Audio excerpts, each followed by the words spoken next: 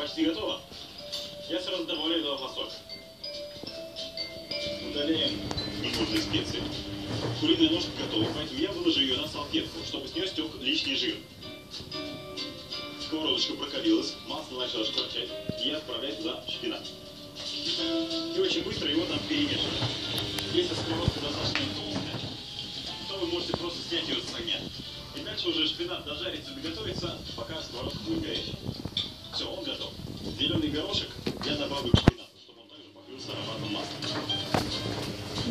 И все, дальше перемешать. Фасоль готова, крупа готова. И теперь я могу добавлять сюда сливочное масло. Осталось дать ему немножко впитаться. Посолить и покрутить по вкусу. Приступаем к сервировке блюда.